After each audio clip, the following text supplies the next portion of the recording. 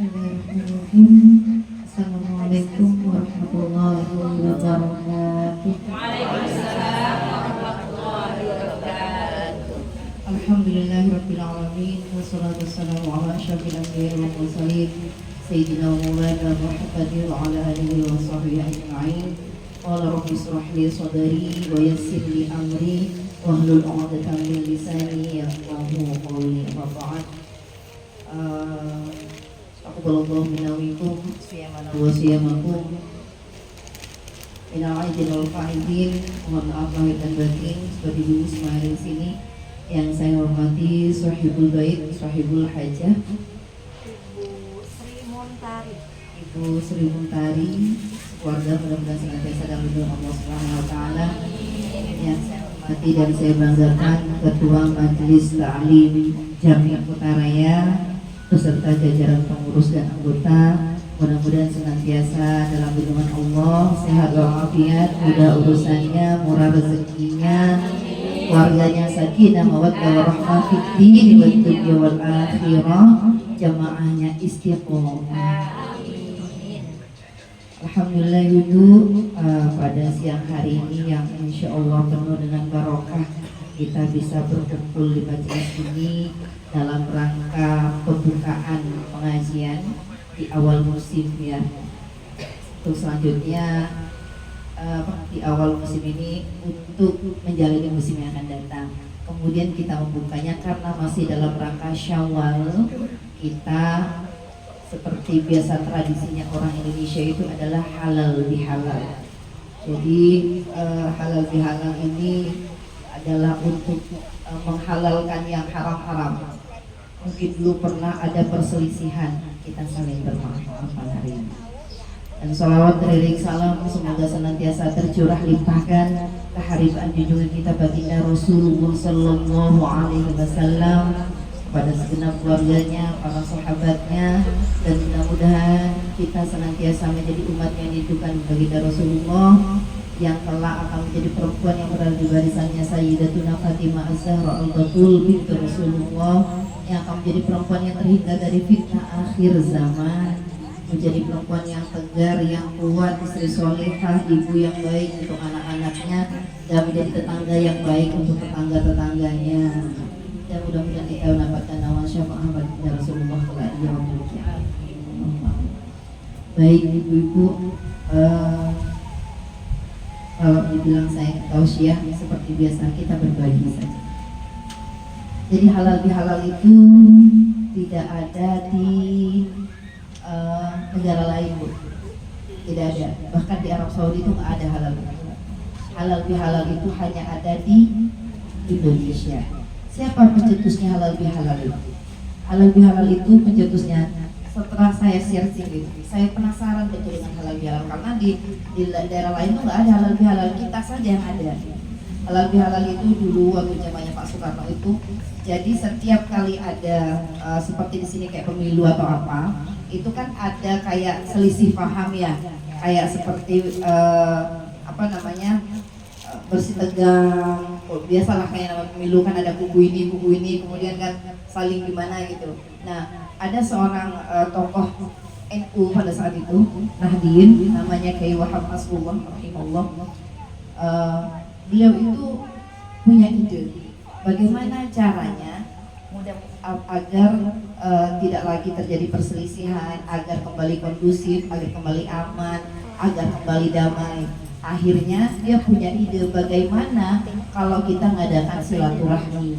Silaturahminya itu disebutkan dengan halal bihalal.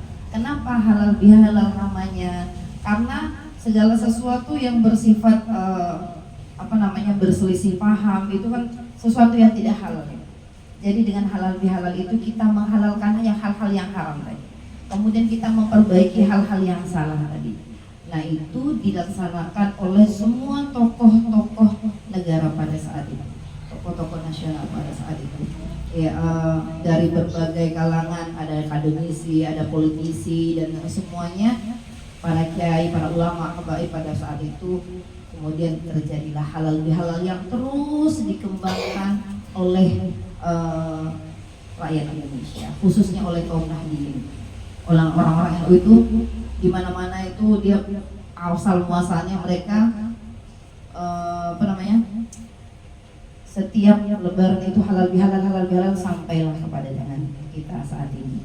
Nah, itu adalah sebuah tradisi. Bagaimana hukumnya? Apakah kemudian itu menjadi hal yang salah? Salah tidak, Bu? Menurut Ibu? Kalau salah Ibu tidak buat hari ini. Iya kan? Nah, halal bihalal itu kemudian bisa menjadi sesuatu yang sunnah atau bahkan menjadi sesuatu yang wajib. Gitu. Kenapa menjadi sunnah? Kita yang sunnah itu kan artinya dikerjakan mendapat pahala, tidak dikerjakan tidak apa-apa. Berarti bukan sebuah keharusan, Bu. Tapi ketika itu bisa mendatangkan kebaikan untuk kita, tidak ada salahnya. Bahkan itu menjadi wajib ketika kita baru saja selesai pemilu ya.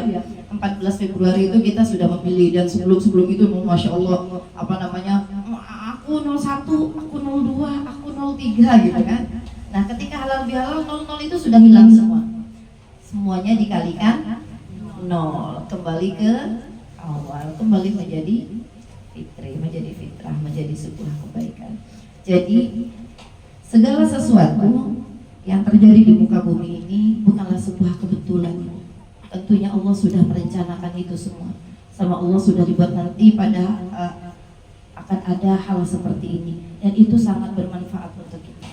Sama seperti ibu-ibu, kita tidak pernah tahu selama kita duduk di majelis taklim ternyata ada selisih paham yang kita tidak sadari. Ada perdebatan kecil yang itu tuh ada sentilan kayaknya bikin gak nyaman di hati.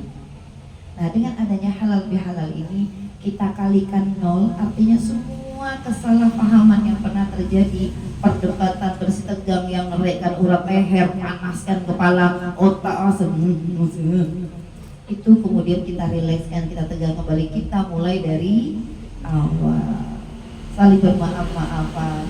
Nah, maaf-maafan di sini tuh ada 3S, Bu. Apa?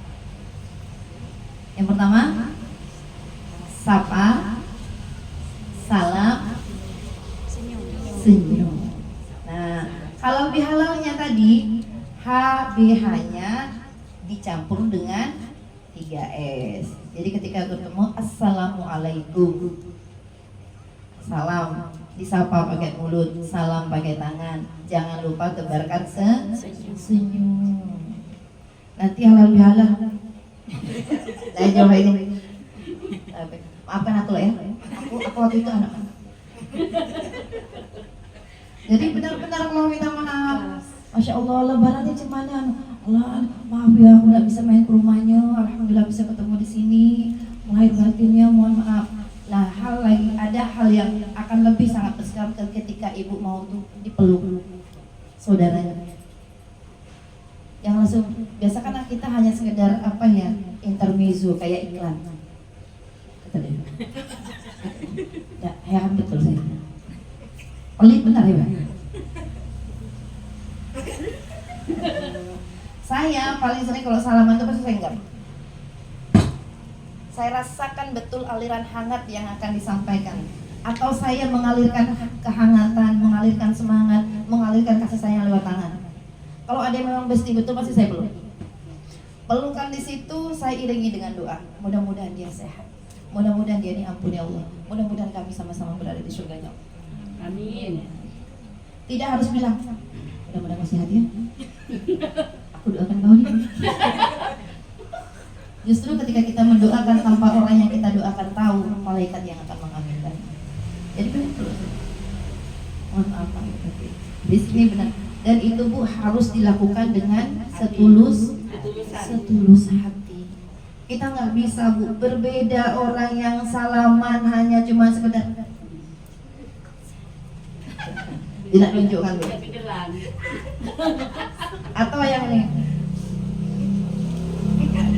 berbeda Bu, berbeda dengan orang lahir batin Bu ya, mohon maaf pasangannya saya ada apa ini. Antara orang yang basa-basi dengan yang betul-betul setulus hati itu akan sangat terasa. Dan saya rasa di sini adalah wajah-wajah orang yang bukan wajah susah Bu, wajah orang-orang yang setulus hati. Amin. Amin Bu, amin. Berprasangka baik, insya Allah itu akan menjadi doa yang baik. Mungkin kita pernah dibentak sama orang orang itu nak minta, kan ada tuh yang cun ya. Ketika kita mau minta maaf misalnya sama orang itu, aku kenapa dulu aku pernah begitu kan yang sama itu juga takut. Jangan takut Bu, tidak ada yang hina dengan meminta maaf. Tidak ada yang rendah dengan meminta maaf dan tidak ada yang hina dengan memberi maaf. Semuanya dapat pahala. Memang tidak mudah memaafkan Ibu. Tidak mudah. Mungkin kita bisa tersenyum, mungkin kita bisa salam. Ada sesuatu yang tergores itu tidak akan mudah untuk hilang. Tapi dengan cara kita ikhlas Bu, ya sudah. Kita anggapnya jangan seperti ini. Kalau ada orang bikin salah dengan kita, salah itu dulu anak-anak. Jangan Bu. Mungkin kita pernah bikin salah yang kemudian kita tidak sadar, orang itu tidak tersadar juga balasnya ke kita. Atau kita bikin salah, saya bikin salah gini, nggak sengaja saya dipelototin sama ini, misalnya. Semua segala sesuatu itu akan kembali ke kita, dia hanya mencari jalannya saja. Ketika saya pernah berbuat baik pada seseorang, insya Allah akan ada jalan yang menuju kebaikan itu menuju kembali ke saya. Sama seperti ketika saya menyakiti hati seseorang, hal itu juga akan kembali ke saya, hanya tinggal nunggu jalannya saja. Jadi ketika kita memaafkan orang lain, insya Allah orang lain juga akan memaafkan kita. Kalau ada orang yang punya salah kepada kita, mencari 70 alasan Bu. Baik ya Pak. Sampai disuruh nyari 70 alasan sama Rasulullah. Agar kita tuh punya banyak alasan untuk menenangkan hati kita. Pertama, mungkin dia tidak sengaja. Karena manusia itu tempatnya hilang, tempatnya salah, tempatnya lupa. Sampai ada sujud sahwi.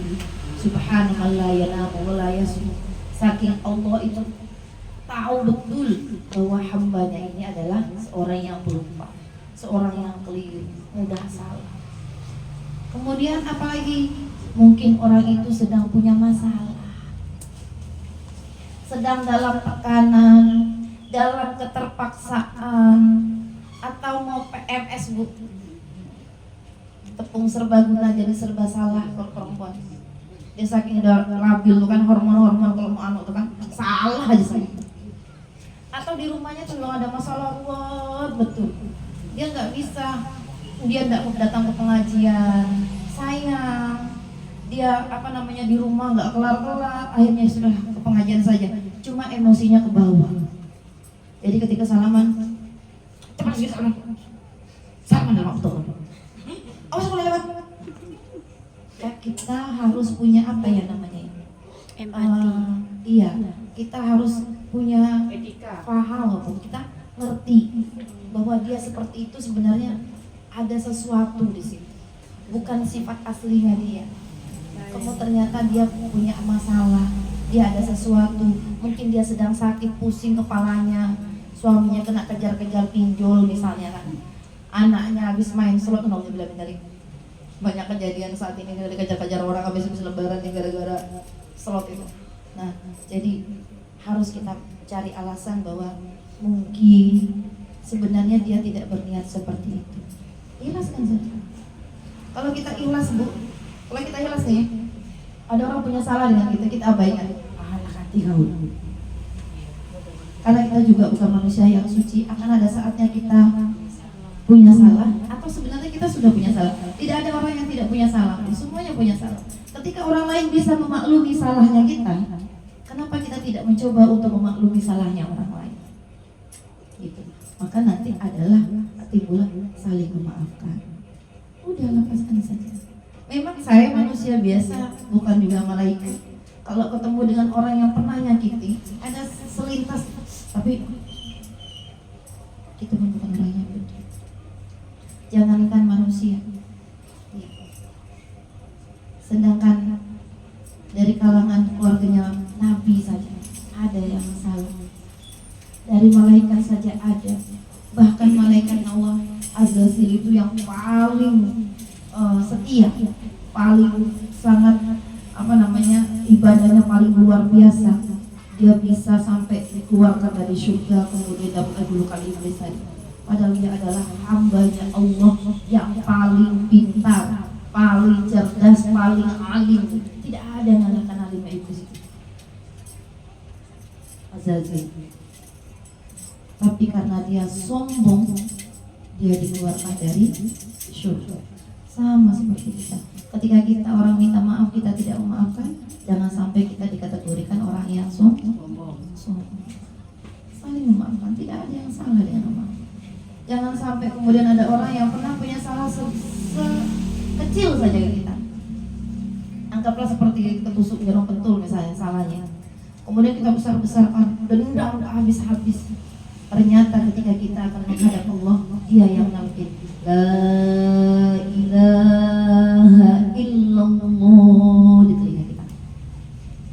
Kita nggak pernah tahu bahwa ternyata Dia yang mandikan jenazah kita, yang mengkafankan kita, Dia yang bersihkan kita. Maksudnya kita nggak pernah tahu. Ketika kita punya masalah, ternyata Dia orang yang pertama bersedia menolong kita.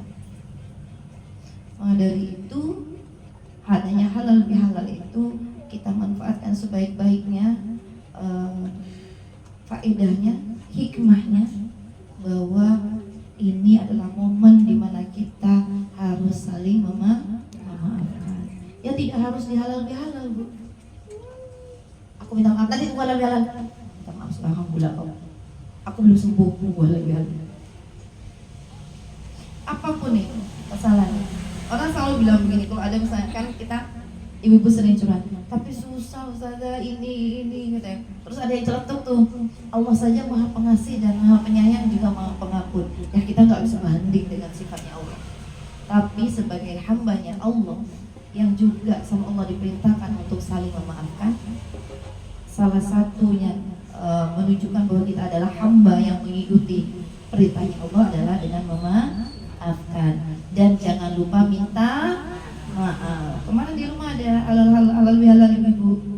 Jadi yang dari Ampera datang ke rumah. Setelah itu yang deket-deket komplek itu ada satu memang kami nyebutnya memang kawan-kawannya suka bilang dia begajul. Dia yang kerok dia. Orangnya angin-anginan. Kok lagi baik-baik? Kok lagi tak baik datang pengajian tidak negur siapa-siapa. Dia baca yasin, tapi tidak ngomong sampai pulang. Tidak makan, tidak minum, begitulah. Akhirnya kami maklumi. Ada teman yang bilang, ya usah kau yang lakukan, dia masuk gila kayak gitu temannya. Tapi dia kalau marah tidak pernah lama. Begitu ya sudah. Dia punya masalah di rumahnya, dia turun ke pengajian, memang dia tak ngacau. Ya syukur juga sih tak ngacau. Tidak ngacau yang lain. Tapi memang itu sudah karakternya. Ketika kemarin surprise, kaget gitu saya. Ketika dia minta maaf, dia datangin satu-satu. Maaf ya. Aku mau jujur sama kau nih, aku sering gibahkan kamu apa? Muka kamu yang glowingnya, aku tanya-tanya katanya. Saya itu sampai saya rekam, ketawa kok gitu. Datang lagi, aku minta maaf ya, aku sering ngomongkan kau dengan si anak situ. Apa pula? Kau sikit-sikit lewat pakai danau, betul sampai nak meletup katanya. Dan memang saya anjurkan sama ibu-ibu, saya anjurkan kalau kita mau minta maaf, sampaikan salahnya kita. Nah, afdolnya di situ, Bu. Sampaikan salahnya kita. Dan dia nih entah karena polos, entah karena memang kawan-kawannya sudah memaklumi, betul-betul disampaikan ini. Dia suka ceritakan. Aku suka ceritakan kau. Aku suka lagak-lagak depan rumah aku katanya gitu. Besok aku ganti baju baru, besok aku pakai baju lain lagi katanya gitu. Aku bilang macam laki kau kayak itu. saya rekam itu momen yang tapi dia enjoy, Bu, santai. Aku yang minta maaf, kau nak maafkan aku, terserah kau, kata dia gitu. Jadi akhirnya kawan-kawannya ketawa semua. Jujur ya. Dia saking jujurnya, saya tak ngerti emang kata-kata semua. Kau ini gila, jujur banget. Saya bilang, inilah salahnya manusia. Dia udah betul-betul jujur gitu, menyampaikan bahwa dia memang punya salah dan dia minta maaf untuk diikhlaskan kesalahannya dia. Dia diulur-ulur sama yang lain. Jadi ibu kalau memang punya ada sekawanan yang kayaknya paham betul dengan ibu, sampaikan saja salahnya apa. Tapi kalau memang dia tuh kira-kira agak rentan orangnya, jangan nambah masalah baru. Apa? Oh kau yang bikin aku kaya gini.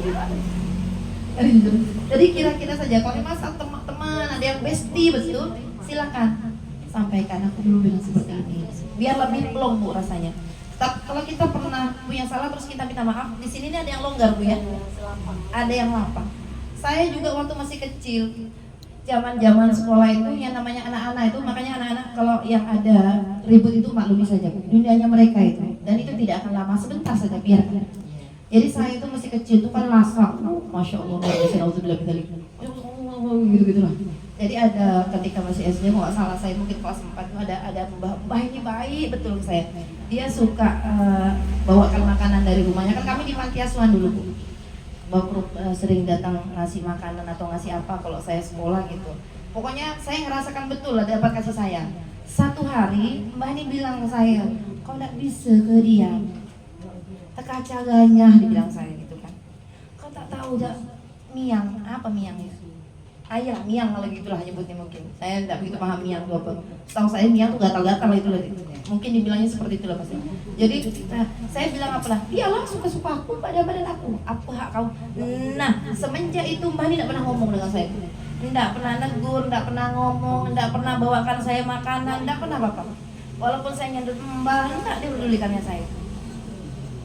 Mungkin dia kecewa karena ucapan saya itu. Terus, nah karena saya ini kan orangnya tidak bisa kalau yang didiamkan orang itu, saya tanya, Mbak apa tak baik lagi kan kami salah kan Mbak? Diam jadi kan. Tanya tidak mau jawab. Besoknya dia pergi sholat lagi ke masjid di Kapati. Saya tanya, Bang apa? Kami ada salangan Mbak. Kami minta maaf lah. Tidak dihiraukan ibu. Sampai 3 kali itu baru dia nangis. Dipeluknya saya. Dia bilangnya gini, aku engkau nih, karena saya juga tidak punya orang tua, macam anak seorang, katanya bilang gitu. Ketika Mbak marah, kamu jawab Mbah, bantah, Mbah tuh kecewa, sakit katanya gitu dia. Dan dari situ saya baru ngerasa betul, saya ini dari kecil alhamdulillah bukan tipe yang suka nangis. Karena saya tidak punya orang tua, kalaupun saya punya masalah saya nangis, saya tidak akan bisa ngadu ke siapa. Saya tidak punya tempat untuk ngadukan permasalahan saya. Jadi saya memilih, sudahlah, tidak usah ambil pusing dengan apapun yang terjadi, saya tanggung sendiri. Dan di situ saya nangis itu. Saya minta maaf Mbak kalau saya salah. Dan itu menjadi pelajaran berharga seumur hidup saya. Saya paling takut mengeluarkan kata-kata yang sekiranya itu menyinggung orang lain. Kalau misalnya saya marah, saya pilih untuk diam. Kalau saya bilang talah, kebetulan ada beberapa organisasi ketika saya biasanya yang rodan acara atau nyusun kegiatan gitu kan. Ketika ada hal yang saya tidak setuju misalnya, ini harusnya tidak seperti ini, susunannya harusnya seperti ini. Menurut ada ART, ini kayak gini nih. Terus ada yang bantah, saya pilih untuk dia. Dan di situ teman-teman tahu bahwa itu keliru gitu. Nanti kita bahas lagi ya, tunggu KMI agak sejuk gitu, nyebutnya gitu. Jadi tunggu saya agak tenang, nanti baru kita bahas dari awal. Dan saya memang memilih untuk diam. Kenapa? Kata Rasulullah, jangan bicara ketika marah, jangan berjanji ketika senang. Ketika kita marah, Bu, kita ngomong, ketika kita marah itu yang wajib, nanti nyesal itu akan ada ucapan yang kita sesalkan. Boleh dicoba kalau tidak percaya. Doa anaknya diomel, kau lihat keluar semua, nanti baru kita sesali ketika dia tertidur dipandang mukanya nangis. Kasihan ini nak, kau ini bahan aku nggak perlu aku sebut semua, tapi binatang sebut. Kadang ada orang tua yang kalau kelewat emosi, akhirnya dia mengucapkannya tidak. Sama kadang sama suaminya emosi. Kalau suaminya bukan tipe yang pengertian, cerai berkali-kali. Emosi. Tapi kadang memang ketika ada istrinya yang pengomel, insya Allah dapat suami yang diam. Ya? Sering ada seperti itu. Dan biasanya istrinya yang pengomel, suaminya pendiam, ada berapa orang tuh kaya, Bu. Heran juga saya. Karena memang nggak belajar, karena kalau kita suami istri yang berkelahi itu rezekinya jauh. Nah kalau kena suami yang malas ribut kan memilih untuk diam. Nah, itu sering terjadi bahwa ketika kita marah, emosi, alangkah lebih baiknya kita diam. Memang tidak gampang diam itu. Dan itu ternyata baru saya tahu bisa kalau kita sering mendam amarah itu, akan ada pembuluh di otak yang pecah. Saya terlalu bersyukur kadang saya agak orangnya pengomel. Tapi sekarang agak dikontrol, agak serem saya. Ke anak pun saya ngomelnya gitu. Nanti karena anak kecil nanti bekas bukan itu. Ada kan ucapan-ucapan kita yang nyinggung perasaannya dia sampai tua dia ingat. Karena kita pernah kecil semua kan? Iya. Pernah kecil. Coba diingat-ingat, mungkin ada ucapan siapa yang sampai dengan saat ini kita ingat. Nah itulah yang nanti akan terjadi ke anak kita. ketika kita seperti itu. Dan meminta maaf Bu, jangan karena kita orang tua kemudian kita tidak meminta maaf ke anak. Karena kalau kita orang tua biasanya mohon maaf nih, kalau orang kami orang dulu bilang itu kan naik kencing saya katanya gitu. Ya, anaknya itu diremehkan gitu, cek ngarumin kemi katanya gitu. Cuma naik kencing gitu. Sampai ada yang buat tua orang tua nyebutnya seperti itu. Padahal ya ketika kita punya salah karena kita juga wajib untuk minta maaf. Itu mengajarkan kepada anak kita untuk menjadi seorang yang pemaaf dan suka minta maaf. Saya akhirnya kalau sama Mel, ada momen yang paling indah Bu ketika anak-anak itu adalah ketika kita ngantarnya sekolah. Jadi sepanjang kan anak saya sekolahnya Bawang, dari Kapur ke Bawang itu kami ngobrol di jalan. Dan saya memberanikan diri untuk minta maaf. Gengsinya luar biasa kalau ke anak Bu. Macam kalah betul loh saya rasanya kalau udah minta maaf. Tapi sekarang alhamdulillah biasa. Ketika saya ngomong, Bang, apa Mimi minta maaf ya nak? Apa? Dia lupa mungkin. Mimi itu kemarin tuh marah kan abang gini. Abang kan nakal, gitu bahasanya dia. Abang kan salah. Gitu. Jadi silakan ibu-ibu pulang dari sini peluk anaknya, minta maaf. Agar anaknya juga berani minta maaf ke kita. Karena ada anak yang sama sekali tak ngerti bahwa disalah orang tua. Yes, Bu. Udah pernah bikin orang tuanya marah, udah pernah bikin orang tuanya nangis, udah pernah bikin orang tuanya gimana gitu. Dia santai saja. Makanya saya kalau yang acara nikahan Bu, momen yang paling saya tunggu itu adalah momen sungkeman. Saya ngomong sendiri di situ. Kadang orang yang nikah biasa Bu, saya tapi sebenarnya pas yang puisi gitu. Ayah, hari ini, nah itu. Karena saya tidak punya ibu dan saya tidak punya bapak. Jadi saya mewakili mereka nyampur dengan emosi saya gitu. Jadi sebelum saya sungkeman saya bilang sama orang tua ibu, bapak ibu yang ada anaknya di sini, selain daripada orang kedua mempelai yang sungkeman, silakan bapak ibu yang punya anak-anaknya dipeluk. Jadikan momen ini adalah momen antara ibu, anak, bapak, dan anak untuk saling memaafkan dan mengungkapkan kasih sayang. Biasa saya bawa mereka ke situasi itu. Jadi suasananya saya bikin seperti itu, diiringi musik, dan benar-benar ngerasa Bu di situ. Ada anak yang kadang sungkeman, saya sampai bilang gini, jangan berdiri sebelum saya bilang berdiri, jangan pindah sebelum saya bilang pindah. Silahkan sungkem di sini, misalnya di sini dulu, baru abis itu dipeluk. Saya biarkan mereka untuk merasakan bahwa sebenarnya kasih sayang orang tua tuh segini. Dan biar orang tuanya juga tahu bahwa sebenarnya anaknya tuh sayang, cuma mereka tidak tahu cara mengungkapkannya. Di momen itulah dia mengungkapkan. Akhirnya ngomonglah, Pak, saya tidak sanggup juga sebenarnya takut kena marah muanya. Ancur, ini kan rusak jadinya Pak. Apanya tuh namanya? Backup. Tapi saya jadikan itu adalah momen yang paling berharga untuk mereka di saat mereka akan memulai perjalanan kehidupan yang baru. Mereka tidak meninggalkan luka dan air mata di orang tuanya. Jadi memaafkan sebelum kita memaafkan dengan orang-orang di sekitar kita, dengan sahabat kita, dengan teman-teman, dengan tetangga. Mari kita bermaaf-maafan dengan orang yang ada di dalam rumah kita, dengan anak, dengan suami. Tuh, wabil khusus suami. Kadang memang istri ini harus macam gengsi, malu gitu kan kalau sama suami. Iya. Karena dalam perjalanan hidup kita yang berpuluh-puluh tahun dengan suami, tidak mungkin tidak ada kata yang tidak menyakiti. Mungkin hanya suami ini karena bawaan sayang, jadi dia menganggap bahwa inilah istri yang kunikahi. Ketika aku mengucapkan qabiltu nikaha wa taswijaha bil mathil mazkur halan, kita akan mengucapkan itu, saya terima nikahnya si ini bin ini, saya terima cerewetnya, saya terima omelannya, saya terima luar biasanya, tak bisa masak dia awal-awalnya, si manjanya, semuanya diterima. Mungkin karena itu, jadi suami itu ketika kita melakukan kesalahan, suami anggap itu sebagai sebuah bonus, hiburan lah. Malah kadang suaminya kalau kita tidak ngomel dicari, sakit ke mak. Kalau saya gitu, kalau suami saya kalau saya lagi ngomong gitu, ditengok ini sampai muter-muter badan, sakit, kamu asam lambung, asma, ditanya gitu ke saya. Kalau aku ngomel salah, tak ngomel salah, ngomel jangan dapur, ngomel ya. Dia lebih takut kalau saya tidak ngomel, Bu. Karena kalau saya sudah marah betul, saya milih untuk diam, tidak berbicara. Dan dia khawatir kalau saya sudah tidak berbicara berarti ada sesuatu yang fatal. Nah, biasanya gitu. Tapi bersyukur bahwa suami saya bukan tipe orang yang suka fatalin sesuatu. Orangnya santai, diam, nggak banyak cerita dan nggak banyak tingkah pola. Pokoknya dari rumah kerjain.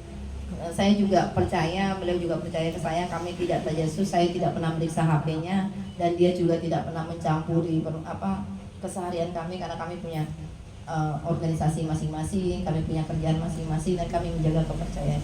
Tapi memang saya yakin betul saya punya banyak salah. Jadi ketika Lebaran itu baru datang dari jauh, saya nak nangis depan suami itu, Bu, aduh.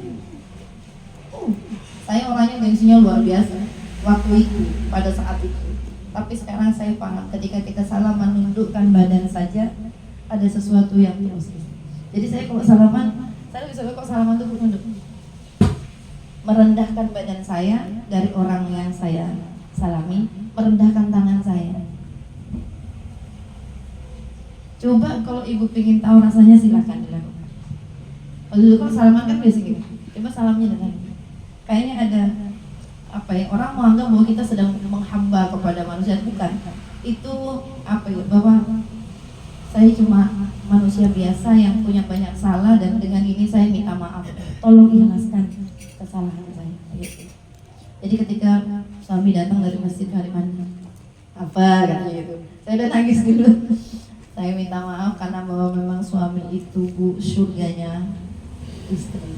Kalau kita baik pada suami, kita bisa masuk surga dari pintu manapun. Masya Allah, luar biasa ridhonya suami. Jadi kalau ibu punya salah, udah minta maaf semua sama suami ini? Insya Allah. Masya Allah. Hah? Enggak. Enggak ada. Ziarah 14 tahun dah. Masya Allah. Tapi di ziarah Bu ya? Saya biasa ngantar nenek saya ziarah, Bu, ke ke makamnya Datuk tuh. Nenek saya suka bilang gini dari jauh.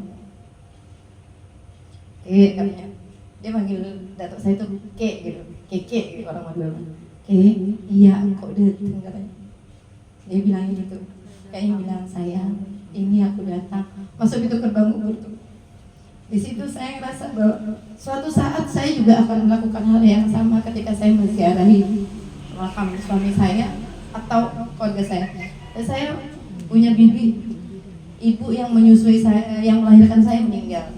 Ibu yang menyusui saya meninggal. Terakhir adalah bibi saya yang paling bungsu, yang nemenin besarnya saya juga meninggal. Di situ saya ngerasa terpukul. Ketika saya masuk ke pintu gerbang itu saya bilang, iya kok itu udah udah ngerasanya ya Allah. Dan kita akan merasakan itu. Sama dengan ibu-ibu di sini nanti. Mudah-mudahan kita panjang sehat, panjang umur, Bu ya. Mudah-mudahan barokah umurnya ya. Ketika ada seseorang di antara kita ini sudah tidak ada, ketika kita masuk pintu ini, kita akan ngerasa dulu dia suka duduk di sini. Dulu dia sering ketawaan. Kalau kita datang dulu sering tahu. Kita semua akan merasakan itu. Maka dari itu sebelum hal itu terjadi, sebelum hal itu datang ke kita, mari kita saling memaafkan. Mari kita berbuat baik agar yang tersisa, yang terkenang itu adalah hal yang baik. Kalau kita dari pengajian itu sering nyapa, sering salaman, cium temennya, dipeluk temennya, sering bercanda, itulah juga yang kelak akan dikenang sama kawan-kawan pengajian kita. Tapi kalau kita orangnya pemanas, sering marah, merajuk, pendek tongkeng, itu juga yang akan dikenang. Kau tahu nggak sih anakku mati gak di air? Apa? Jangan gitu. Kalau pengajian cepat sambung, di situ merajuk. Kita musik gitu. Tapi hal yang paling baik adalah memaklumi tadi. Kalau ada orang yang seperti itu kita maklumi. Mungkin kita tidak tahu permasalahan orangnya Bu di rumahnya masing-masing ya. Ada orang yang terlihat bahagia, orang yang paling sering tertawa di psikologinya. Orang yang paling sering tertawa itu adalah orang yang paling sepi hatinya. Dia ini padahal receh gitu, hal kecil ngakak gitu. Coba ibu datangi peluk tanya, kamu baik-baik saja, pasti nangis Bu. Nangis. Kayak belajar psikologi gitu. Ada orang yang ceria gitu, kayak saya gini. Ketika datang, pegang tangan. Sehat, sehat. Kamu baik-baik saja. Oh, langsung. Saya belajar itu. Jadi bikin komunitas peluk namanya. Pelipur luka. Jadi saya mengumpulkan orang-orang yang bermasalah dalam hidupnya, karena saya adalah orang juga yang bermasalah dalam hidupnya, baik itu dengan keluarganya, suaminya, orang tuanya, tetangganya atau siapa. Kita bikin komunitas itu, kita saling menguatkan. Jadi kalau ketemu sama kawan, saya sudah lihat dari jauh ada hal yang ini kayaknya bebannya berat nih. Saya mulai dari itu. Sehat, sehat, sehat kayak ini. Yakin, yakin. Coba sini, saya peluk. Ada masalah apa? Jangan gitu. Kami itu tidak ada masalah apa-apa, katanya gitu.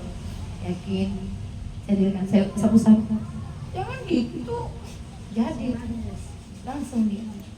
Jadi ada orang itu. Tapi kalau orang yang tenang, santai, itu dia emosi, baik-baik saja. Nah makanya dari itu kita momen-momen seperti ini, momen halal bihalal, momen silaturahmi kita pergunakan sebaik-baiknya untuk memaafkan dan memberi maaf dan coba untuk memaklumi. Karena orang lain tidak bisa seperti kita juga tidak bisa dipaksa untuk menjadi seperti orang lain. Hal yang paling benar di dunia ini adalah saling menghormati, menghargai, memaklumi, menyayangi, mencintai. Kalau ada masalah apa-apa, ada mungkin tidak sengaja orang yang ngomong agak kasar ke kita, senyumi saja. Kita tidak punya hak untuk membalas, Bu. Ketika ada orang punya salah kita, selama kita tidak membalas, dosanya tetap punya dia. Tuh. Tapi ketika kita balas, dua-duanya dosa. Saya dulu tuh dengar itu tuh, tak adil betul. Saya pikirnya gitu, nyaman betul dengan nyumpah ngerapah gitu kan. Itu suku dia. Batu kan. Kalau batu mungkin patung lah. Itu dimaki-maki misalnya gitu dia. Tapi memang iya, ketika orang itu punya salah ke kita tidak membalas, ada yang segala-gala, yang itu yang akan menyembuhkan dan balas. Makanya hati-hati Bu dengan orang yang ketika kita marah dia diam Bu. Yang tidak terima tuh bukan dia, yang menciptakannya yang tidak terima. Serahkan Bu. Kalau cuma dia yang balas ke kita, sakitnya sebentar Bu.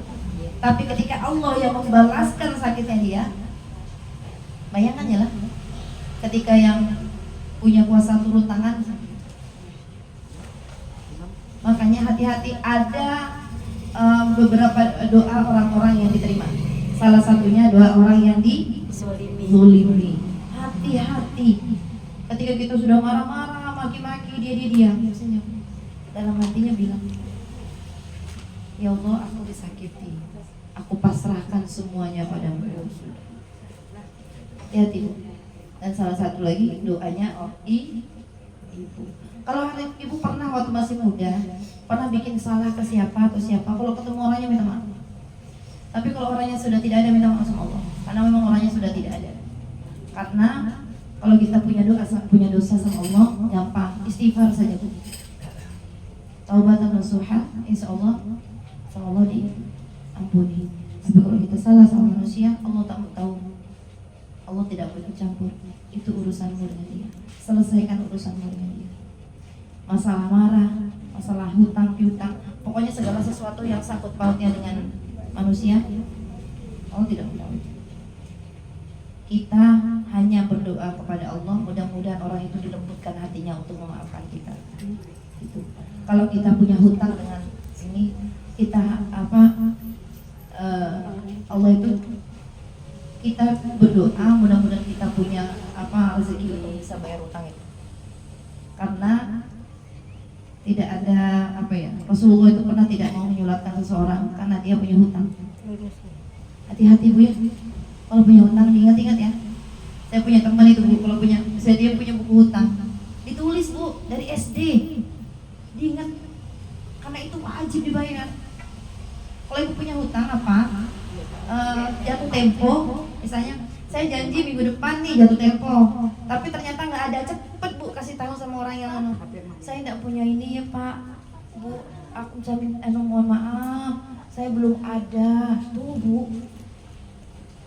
Karena setiap harinya ketika kita punya hutang itu dosa semua. Kalau orang yang punya hutang itu nggak ridho sama kita, gitu. Makanya, nah ini juga jadikan momen untuk minta maaf sama yang udah ngutangin. Karena kadang yang berhutang lebih garang daripada yang kasih hutang. Saya sering ngeliat itu biasanya ada di video-video tuh ya, pinjam duit gitu kan, bilang hutang, masya Allah garang ini, mengeluarkan senjata. Adalah manusia. Nah, bayangkan kalau macam itu, macam mana kita bisa sabar untuk tidak memaklumi Bu? Nah, tapi memang apa ya, tidak mudah untuk menjadi orang yang punya sifat sabar, punya sifat ikhlas, tapi hadiahnya surga. Ikhlas, sabar. Gitu. Kalau kita pernah punya masa lalu kelam yang itu menyakiti kita, memang tidak mudah untuk berdamai dengan diri sendiri itu. Artinya untuk melupakan luka-luka itu tuh tidak mudah. Tapi ketika kita ikhlas, kita sabar bahwa yang terjadi itu semuanya pasti dari Allah.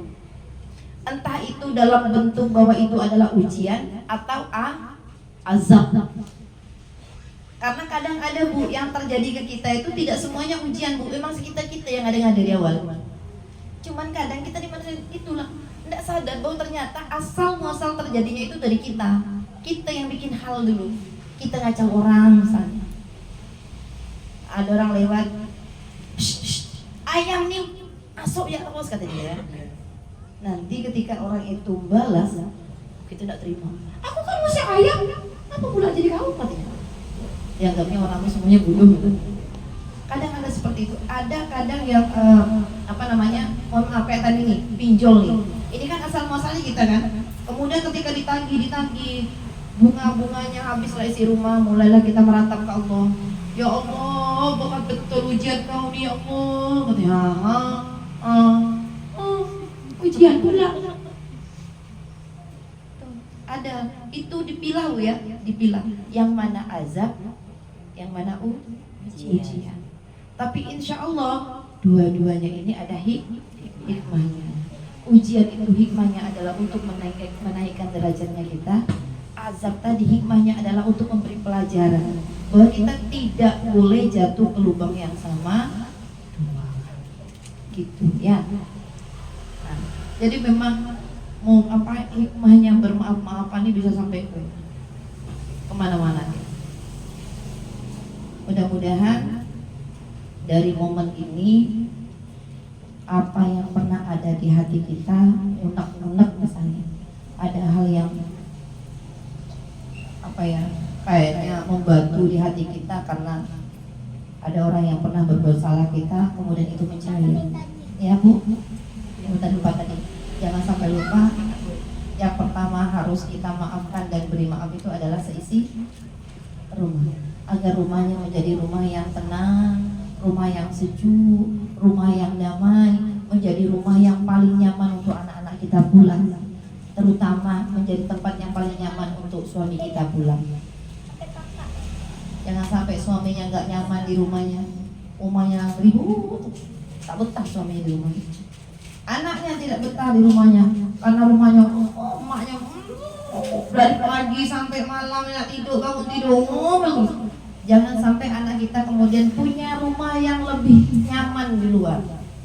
Itu asal muasalnya malapetaka. Nanti anaknya tuh di situ pindah ke lampu merah loh. Alhamdulillah balik. Jadi anak pang loh. Mereka tuh tidak semuanya anak orang tidak mampu loh. Mereka anak orang kaya. Anak orang kaya yang mereka tidak punya, kurang perhatian orang tua, atau orang tuanya ribut, marah terus, ini namanya ya kayak gitulah. Jadi kalau ibu apa yang ada sekarang disyukuri, hidupnya seperti apa, jadikan rumahnya itu baiti jannati, rumahku syurgaku. Jadi tempat yang paling nyaman untuk kita pulang. Saya bu kalau udah dari pagi sampai sore itu saya pingin cepat pulang, rindu kasur saya, rindu bantal, rindu berdiri di depan kompor, rindu anak. Saya kalau pulang ke rumah tuh lihat anak saya main, bang balik bang, ini mau sayang. Dia udah dicium di depan kawan-kawannya, dia malu. Jadi dia pulang tuh saya disuruh 11 tahun bu, 78 kilo. Kalau saya disuruh ayam pun tak kate anak ini ya. 78 besar lagi dari rumahnya. Ciptakan suasana seperti itu di rumah. Minta maaf ke anak, beri maaf ke anak, ridho ke anak, agar anaknya mudah dalam langkahnya, baik itu dia sekolah atau dia kerja. Jangan lupa pagi-pagi anaknya mau berangkat sekolah bu, selain dikasih uang juga dikasih doa. Anaknya mau berangkat kerja juga gitu bu. Jangan lupa talenya kota bang. Boleh. Bang, mudah-mudahan selamatnya nak, mudah-mudahan kerjanya mudah. Karena kalau yang namanya kerja ke orang itu, namanya kita jadi karyawan misalnya, itu hal yang tidak mudah sama sekali. Masya Allah. Jadilah orang tua yang menguatkan anak, kasih semangat anak, cium mereka. Balik rumah jangan lupa ya nak. Padahal biasanya orang tua itu bercanda bu ya. Itu ungkapan kasih sayang. Sebenarnya orang tua itu tidak betul-betul minta itu enggak. Cuman biar anaknya itu semangat, biar anaknya itu saya kalau sudah bicara anak tuh kayak gimana gitu rasanya. Karena saya belum sempat jadi anak yang baik untuk orang tua saya. Mudah-mudahan ibu-ibu semuanya anak-anaknya jadi anak yang soleh-solehah, anak-anak yang penurut, anak-anak yang berbakti, anak-anak yang menjadi asbab, menjadi wasilah orang tuanya untuk berada dari surganya Allah. Mudah-mudahan anaknya dapat jodoh yang jodoh terbaik versinya Allah. Karena jodoh itu ada dua, ada versi manusia, ada versi Allah. Minta yang versinya Allah. Mudah-mudahan ibu juga rumah tangganya adem, ayem, tentram.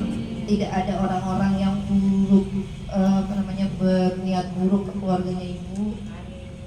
Mudah-mudahan suaminya sehat, murah rezekinya. Itu yang terpenting bu ya. Baik, saya rasa cuma itu. Saya mohon maaf jika ada hal-hal yang kurang berkenan semuanya ibu. Saya minta maaf kalau ketika mulai dari awal saya ikuti pengajian ini, gabung di sini, ada perilaku saya yang kurang berkenan. Saya mohon maaf ya bu. Saya ada yang ucapan saya, bercanda saya yang berlebihan, saya juga minta maaf. Umur sama-sama tidak ada yang tahu. Umur kita sehari semalam, kita tidak tahu siapa yang akan terlebih dahulu dipanggil oleh Allah. Tapi mudah-mudahan ketika dipanggil oleh Allah, kita dalam keadaan yang husnul khotimah, dan kita diridhoi oleh orang-orang yang pernah kita sakiti.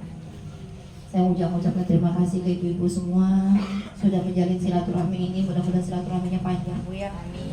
Kita tidak hanya duduk bersama di dunia, tapi kita juga bisa duduk bersama-sama di surganya Allah. Saya mohon doanya bu dari ibu-ibu semua, mudah-mudahan saya sehat. Setiap hari itu kita memerlukan doanya orang lain, karena kita tidak pernah tahu doa yang mana di antara ibu-ibu ini yang mustajabah, dijabah oleh Allah. Kita tidak pernah tahu.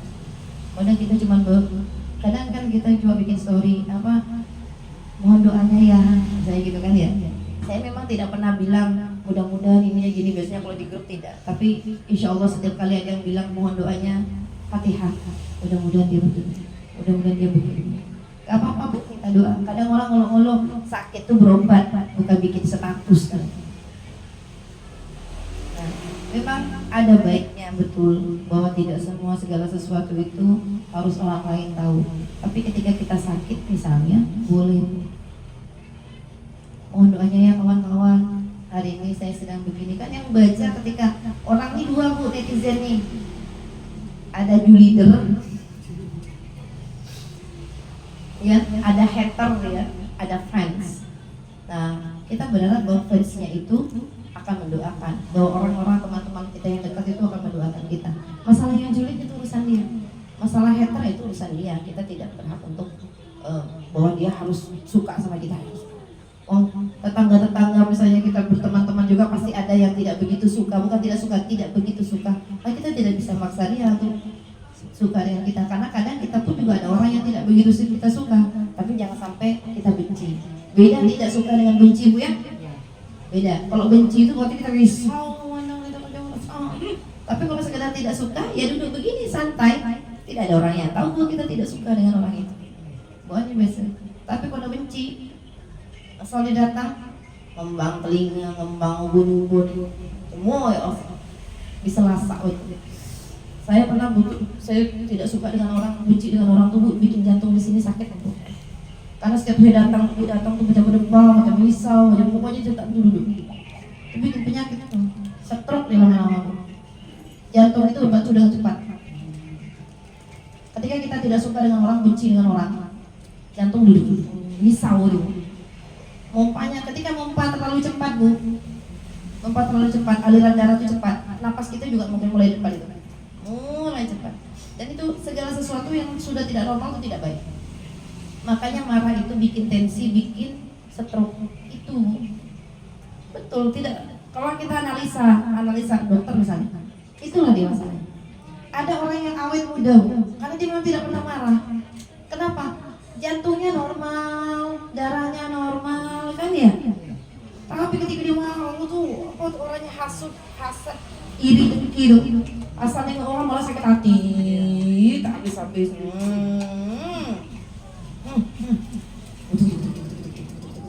Wow, cepat. Mulai mengganggu yang organ-organ tubuh yang lain. Jadilah orang yang maaf. Kalau ada memang orang yang punya sifatnya temperamen, ini kan soal sifat ya, nggak bisa kemudian cepat kita ubahkan temperamen sedikit-sedikit marah itu kan memang ada. Itu kan memang pembawaan, Bu. Memang pembawaan, diredam saja pelan-pelan. Tidak kemudian harus berhenti mendadak, nanti pecah pembuluh darah gitu pula. Lalu saja, tapi kita tahu, oh iya ini saatnya marah, saat lebih baik untuk diam, atau bersolawat, atau ngaji, atau berzikir, atau dengan kalam India ya. Bayangkan nari-nari di pohon mutar-mutar misalnya. Hal yang paling enak kalau kita marah itu nonton video lucu memang. Kadang kan memang ada yang kocak-kocak lewat, secara tidak langsung ketawa, mencair suasana. Nah baru kita ngomong. Kalau kita marah dengan suami, diam dulu, diam. Cari hal-hal yang bikin kita ketawa lucu. Nanti akan ada saatnya kita ngomong baik-baik. Wah, kadang suaminya tidak pekau ya. Kita udah marah, kita udah ngerti gitu.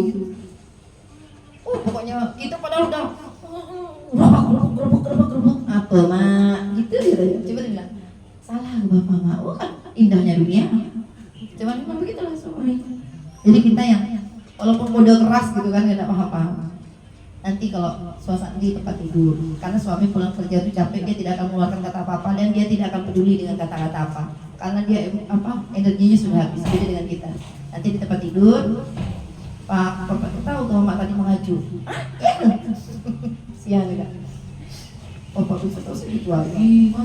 Sampaikan Bu ya, Ibu punya keluhan apa sama suami, sampaikan ya. Ya, jangan dipendam ya Bu ya. Saran saya nih. Ibu tidak suka dengan sifat suami yang mana, silakan sampaikan dengan cara yang baik, Bu. Jangan Ibu pendam, itu akan menyiksa seumur umur. Sampaikan. Ibu tidak suka suaminya kentut depan Ibu misalnya, kasih tahu, Pak, kesana lah jauh-jauh, jangan ada bawa penyakit misalnya. Aduh ya baru-baru kau senang. Jadi sampaikan. Sama seperti permintaan maaf, sampaikan. Kalau ada sesuatu yang tidak mengena, sampaikan, tapi dengan bahasa yang paling baik.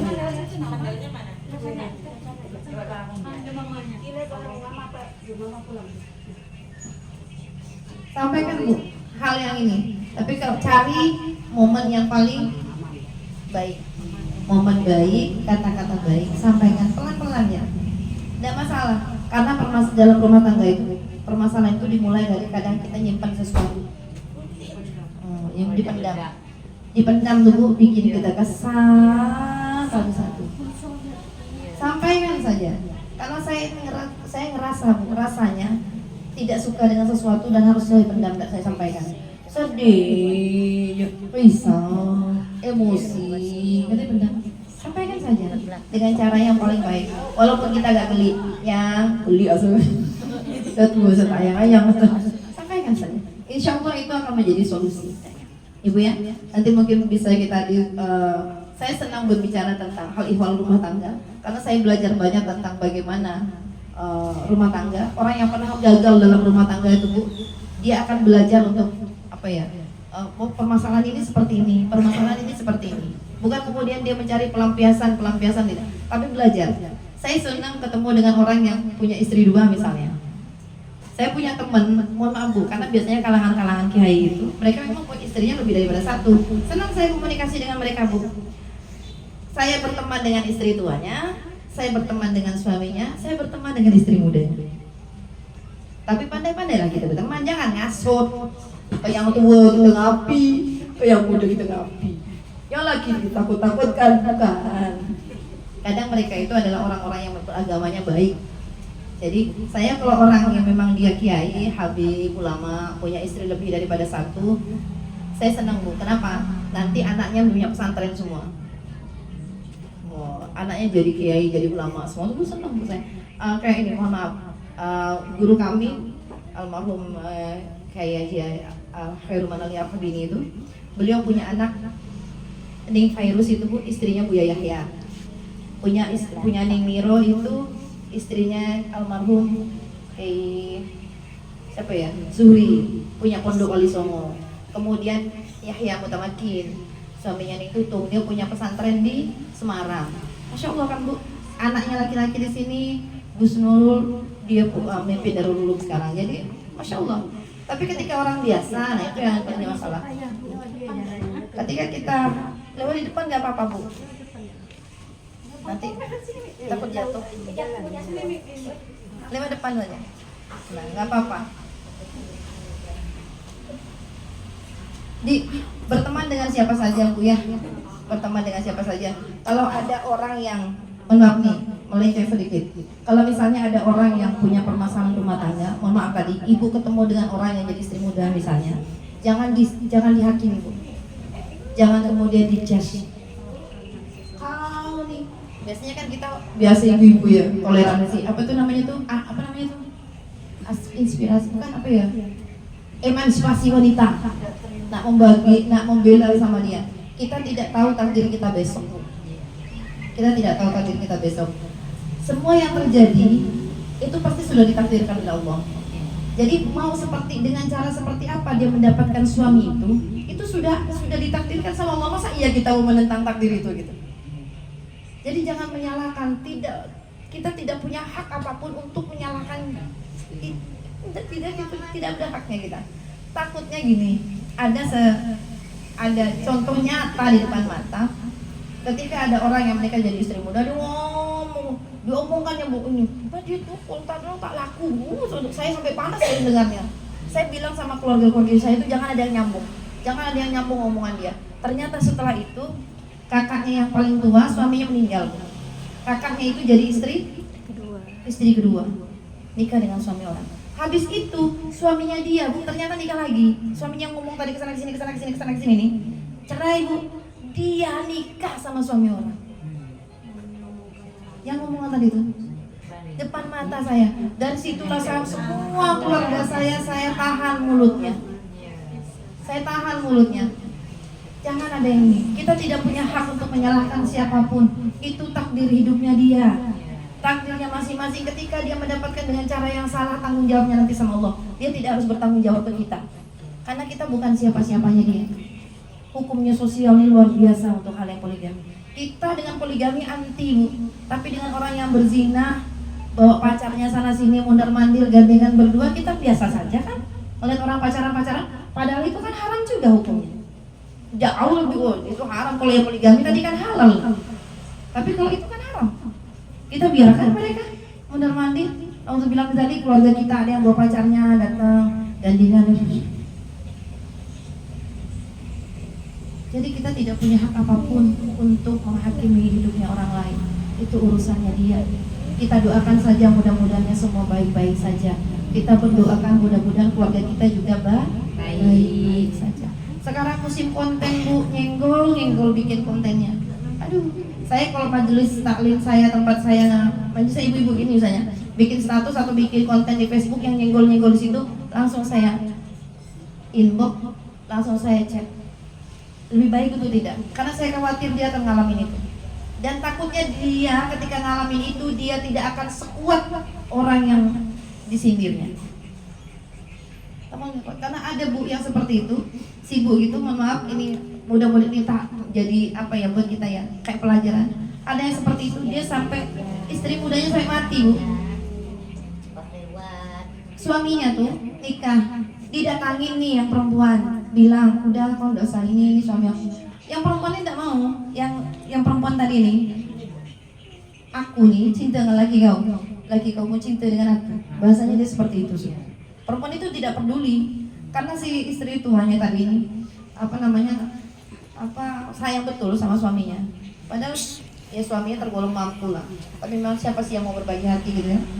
Ini benar-benar dicariin jin gitu lah. Meninggal sekarang anak itu.